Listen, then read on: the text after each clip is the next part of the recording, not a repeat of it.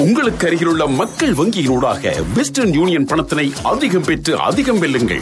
1 million ரூபாய் பெறுமதியான பரிசு வாய்ப்புகளை பெறுங்கள். சகல மாதமும் வெற்றியாளர்கள் 25 பேருக்கு 10,000 ரூபாய் பெறுமதியான பொருட்கள் பொதி. மக்கள் வங்கி கிளையில் வெஸ்டர்ன் யூனியன் பணத்தை அதிகம் பெற்றுக் கொள்ளுங்கள். 2021 ஜனவரி 31 வரை மாத்திரம். இன்னும் சில வினாடிகளில் எமது செய்திகளை நீங்கள் கேட்கலாம்.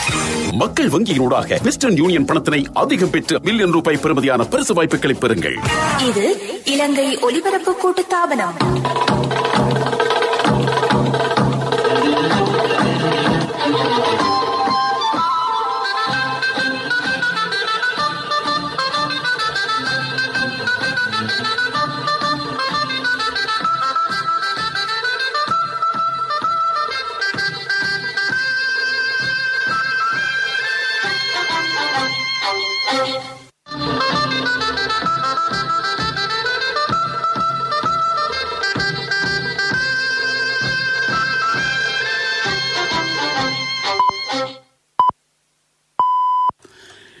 நேரம் 9 மணி. இலங்கை ஒலிபரப்பு கூட்டுத்தாபனம் செய்திகள். செய்தி ஆசிரியர் ஜுனைடம் ஹாரிஸ், வாசிப்பவர் கே. ஜெயகிருஷ்ணா. முதலில் தலைப்புச் செய்திகள். திவுளப்பிட்டிய மற்றும் பாலியகுட கோவிட் கொத்து 10,000 தாண்டியுள்ளது. 5 மாவட்டங்களின் 27 போலீஸ் பிரிவுகள் தனிமைப்படுத்தப்பட்டுள்ளன. பதுளை மாவட்டத்தின் பின்தங்கிய பிரதேசங்களில் ஜனாதிபதியின் பணிப்பின் பேரில் அபிவிருத்தி நடவடிக்கைகள் துரிதம். அரச கட்டின மகோற்சவம் ஜனாதிபதி தலைமையில் இன்று புலனறுவையில். நாட்டுக்கு நன்மை பயக்கும் அரசாங்கத்தின் நடவடிக்கைகளுக்கு ஆதரவு நல்குவதாக தமிழ் முற்போக்கு கூட்டணி அறிவிப்பு. கட்டுப்பாட்டு விலையின் கீழ் தேவையான அரிசியை நாளை முதல் பகிர்ந்தளிக்க சதோச நிறுவனம் ஏற்பாடு. சர்ச்சைக்குரிய நகோர்னா கர்பாக் பிராந்தியத்தின் 2வது பெருநகரான ஷூசாவை கைப்பற்றியிருப்பதாக அசர்பைஜான் ஜனாதிபதி அறிவிப்பு.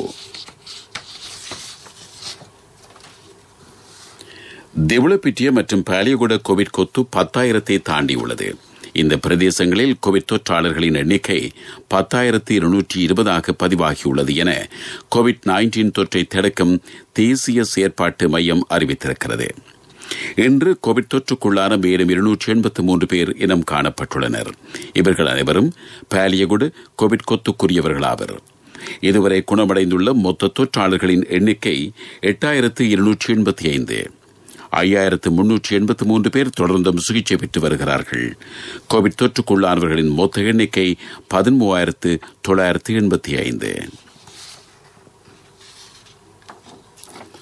தொற்றுதுக்கல் ஊரடங்கு சட்டம் நாளை காலை 5 மணிக்கு நீக்கப்பட்டாலும் கம்பகா, கொழும்பு, களுத்துறை, குர்நாகல் மற்றும் காலி ஆகிய மாவட்டங்களில் 27 போலீஸ் பிரிவுகள் மறு அறிவித்தல் வரை தனிமைப்படுத்தப்பட்டுள்ள பிரதேசங்களாக பிரகடனப்படுத்தப்பட்டுள்ளன.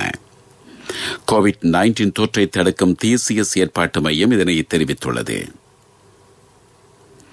கொழும்பில் தனிமைப்படுத்தப்பட்டுள்ள பிரதேசங்கள் 12 ஆகும்.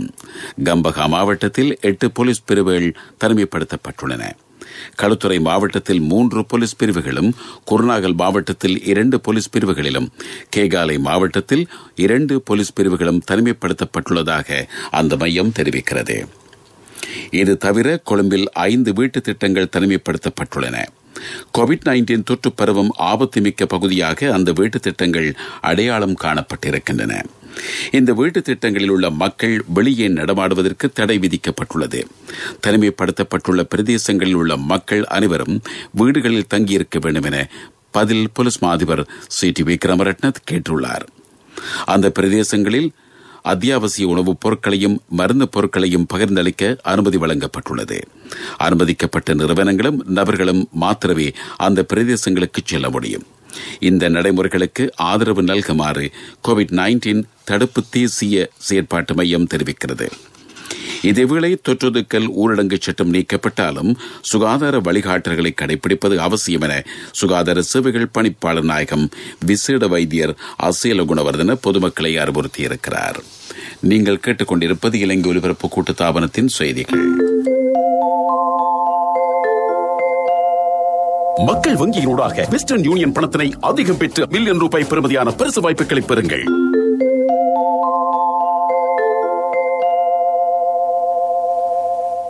பதுளை மாவட்டத்தில் குறைந்த வசதிகள் உள்ள மற்றும் வறுமை கோட்டின் கீழ் உள்ள மக்கள் வாழும் ஹல்தமுல்ல, வேலன்பிட்டு மற்றும் 100 ஏக்கர் பிரதேசங்களில் துரித அபிவிருத்தி நடவடிக்கைகளை மேற்கொள்ள உள்ளதாக ஜனாதிபதி ஊடகப் பிரிவு அறிவித்துள்ளது.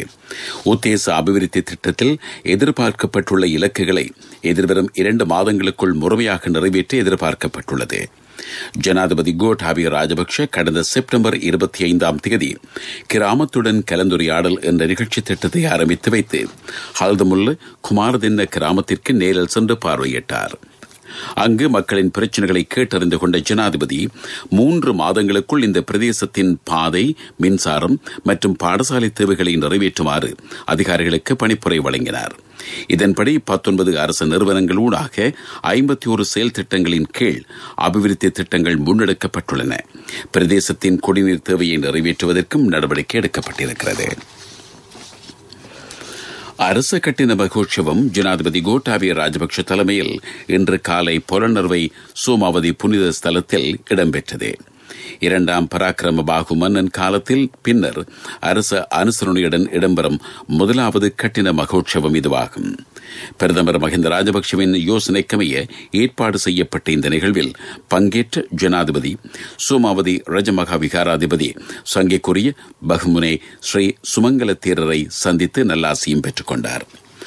பௌத்த பூஜை பிரகரவிலும் பூஜையை ஒப்புவிக்கும் அனுஷ்டானங்களிலும் பங்கேற்ற ஜனாதிபதி கட்டின மகோற்சவத்திலும் கலந்து கொண்டார். இந்த நிகழ்வில் அமைச்சர் தயாஸ்ரீ ஜெயசேகரவும் கலந்து கொண்டார். மல்வத்து பீடத்தின் அனுநாயக்கர் சங்கைக்குரிய திவுல்காம்புரே விமலதம்ம தேரர் இந்த புண்ணிய உற்சவத்தில் அனுசாசனம் நிகழ்த்தினார். நாட்டுக்கு நன்மை பயக்கும் அரசாங்கத்தின் நடவடிக்கைகளுக்கு ஆதரவு நல்குவதாக தமிழ் முற்போக்கு கூட்டணி அறிவித்துள்ளது. தமிழ் மக்களின் பிரச்சினைகளுக்கு தீர்வு காணும் விடயத்தில் எதிர்க்கட்சியில் இருந்தாலும் அரசாங்கத்திற்கு ஆதரவு வழங்குவதாக அந்த கூட்டணியின் தலைவர் பாராளுமன்ற உறுப்பினர் மனோ கணேசன் தெரிவித்துள்ளார். கடந்த நல்லாட்சி அரசாங்கத்தில் தமிழ் மக்களின் அனைத்து கோரிக்கைகளையும் நிறைவேற்ற முடியாமல் போனதாகவும் அவர் குறிப்பிட்டார். ஐக்கிய அரபுகள் ராஜ்யத்தின் துபாயில் விளையாட்டு மைதானத்திலும் பாலத்திற்கு கீழும் தங்கியுள்ள 275 இளைஞர்களை ஏற்றிக்கொண்டு ஸ்ரீலங்கன் விமான சேவைக்கு சொந்தமான விமானம் ஒன்று புறப்பட உள்ளதாக கட்டுநாயக்க விமான நிலைய கடமை நேர பொறுப்பதிகாரி தெரிவித்துள்ளார். இதற்காக தற்போது விமான டிக்கெட்டை வழங்கும் பணிகள் ஆரம்பிக்கப்பட்டுள்ளன. இந்த பயணிகள் எதிர்வரும் செவ்வாய்க்கிழமை அளவில் கட்டுநாயக்க விமான நிலையத்தை வந்தடைவார்கள் என அந்த அதிகாரி குறிப்பிட்டார். வெளிநாடுகளில் நிற்கதியாகியுள்ள இளைஞர்களை விரைவில் இலங்கைக்கு அழைத்து வர உடன் நடவடிக்கை எடுக்குமாறு ஜனாதிபதி அண்மையில் அதிகாரிகளுக்கு பணிப்புரை வழங்கியிருந்தார். கட்டார், ஒமான், ஐக்கிய அரபுகள் ராஜ்யம் ஆகிய நாடுகளில் நிற்கதிக்குள்ளாகியிருந்த 70க்கும் மேற்பட்டோர் இன்றும் நேற்றும் 3 விமானங்களில் இலங்கையை வந்தடைந்தனர். உங்களுக்கு அருகிலுள்ள மக்கள் வங்கியினூடாக வெஸ்டர்ன் யூனியன் பணத்தினை அதிகம் பெற்று அதிகம் வெல்லுங்கள். 1 மில்லியன் ரூபாய் பெறுமதியான பரிசு வாய்ப்புகளை பெறுங்கள். சகல மாதமும் வெற்றியாளர்கள் 25 பேருக்கு 10,000 ரூபாய் பெறுமதியான பொருட்கள் பொதி. மக்கள் வங்கி கிளையில் வெஸ்டர்ன் யூனியன் பணத்தை அதிகம் பெற்றுக் கொள்ளுங்கள். 2021 ஜனவரி 31 வரை மாத்திரம். பிரதான செய்தி வழங்குவோர் ஒவ்வொரு வீட்டிலும் இருக்க வேண்டிய வீட்டு வைத்தியர் சித்தாலேப. நாளை தொற்றுதொக்கல் ஊரடங்கு சட்டம் நீக்கப்பட்டால் சுகாதார பரிந்துரைகளுக்கு அமைய பஸ் சேவைகளை வழமை போன்று நடத்தவுள்ளதாக இலங்கை போக்குவரத்து சபை அறிவித்துள்ளது. சபையின் பயணப்பிரிவின் பிரதி பொது முகாமையாளர் பண்டுக ஸ்வர்ணஹங்ஸ இந்த கருத்தை வெளியிட்டிருக்கிறார்.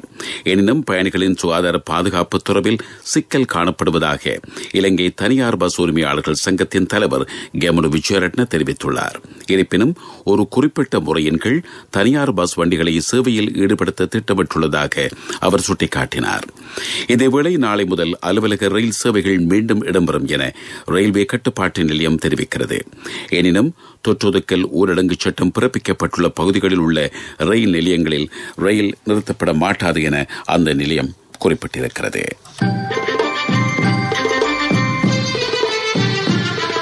பிரதான செய்தி வழங்கியோர் ஒவ்வொரு வீட்டிலும் இருக்க வேண்டிய வீட்டு வைத்தியர் சித்தாலேப.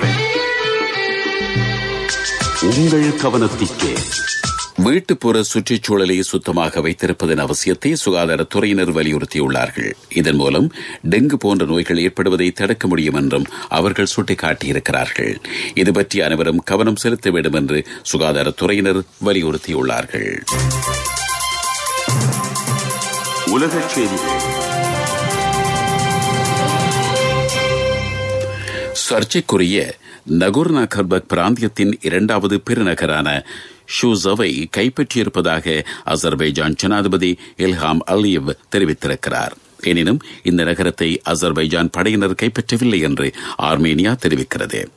இந்த தகவல் உண்மையெனின் பிராந்திய ஆர்மேனிய பிரிவினைவாதிகள் தொடர்பில் அசர்பைஜான் பெற்றுள்ள மூலோபாயம் மிக்க வெற்றியாக அமைந்திருக்கும்.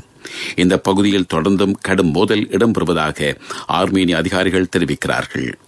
ஆனால் தாம் ஷூஸா நகருக்கு திரும்பியிருப்பதால் இந்த நாள் அசர்பைஜான் மக்களின் வரலாற்று சிறப்புமிக்க நாள் என்று அந்த நாட்டு ஜனாதிபதி இல்ஹாம் அலியவ் தொலைக்காட்சி வாயிலாக நாட்டு மக்களுக்கு ஆற்றியுள்ள உரையில் தெரிவித்துள்ளார். அமெரிக்காவின் மெரிகோபா பகுதியில் உள்ள தேர்தல்கள் திணைக்களத்தின் முன்பாக ஜனாதிபதி டொனால்டு டிரம்பின் நூற்றுக்கணக்கான ஆதரவாளர்கள் தொடர்ந்தும் 4வது நாளாக ஆர்ப்பாட்டத்தில் ஈடுபட்டு வருகிறார்கள். ஜனநாயக கட்சி இந்த தேர்தல் வாக்குகளை களவாடியிருப்பதாக அவர்கள் வலியுறுத்தியுள்ளனர். எனினும் அரிசோனா மாநிலத்தின் செயலாளர் டொனால்டு டிரம்ப் தரப்பின் இந்த குற்றச்சாட்டை மறுத்திருக்கிறார். தனிநபர் சுதந்திரத்திற்கான இஸ்லாமிய சட்டங்களை தளர்த்துவதாக ஐக்கிய அரபுகள் ராஜ்யம் அறிவிக்கிறது. இதன்படி திருமணம் முடிக்காத ஜோடிகள் ஒன்றாக வாழ்வதற்கும் ஆல்கஹால் மீதான கட்டுப்பாடுகள் தளர்த்தப்படுவதற்கும் இந்த முன்னெடுப்பு துணை புரிந்துள்ளது. குடும்பத்தின் மானத்தை இழக்கச் செய்யும் ஒரு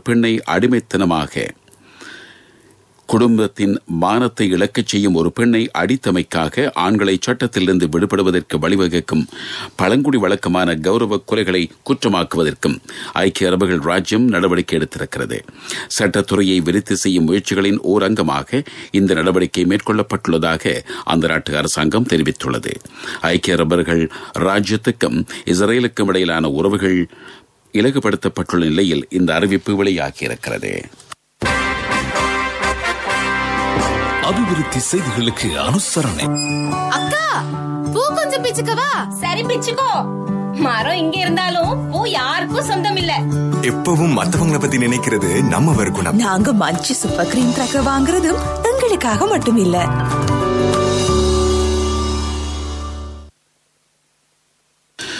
கட்சி பேதங்களின்றி இலங்கையில் அனைவருக்கும் பயன் கிட்டும் வகையில் அபிவிருத்தி நடவடிக்கைகளை முன்னெடுப்பது அரசாங்கத்தின் நோக்கமாகும் என்று ராஜாங்க அமைச்சர் நிமல் லங்ஸா தெரிவித்துள்ளார்.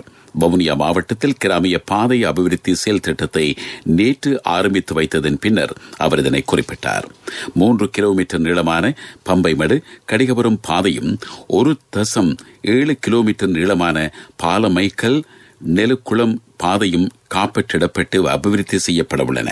இதற்காக 127 மில்லியன் ரூபாய் ஒதுக்கப்பட்டுள்ளது. வீட்டுல மேலதிகமா ஒரு அறைய கட்டுறது வீட்டாக்களுக்கு மட்டும் இல்ல, வாகனம் வாங்குறப்போ நிறைய பேர் போகக்கூடிய ஒரு வாகனம் வாங்குங்கன்னு அப்பா சொல்லுவாரு. காலமா சாப்பாடு கட்டும் போது அம்மா எப்பவுமே கொஞ்சம் அதிகமா கட்டுவாங்க. ஃப்ரெண்ட்ஸ் கூட ஷேர் பண்ண. எப்பவும் மத்தவங்கள பத்தி நினைக்கிறது நம்ம குணம். நாங்க மஞ்சி சூப்பர் கிரீம் ட்ரக் வாங்குறதும் எங்களுக்காக மட்டும் இல்ல. விளையாட்டுச் செய்திகள்.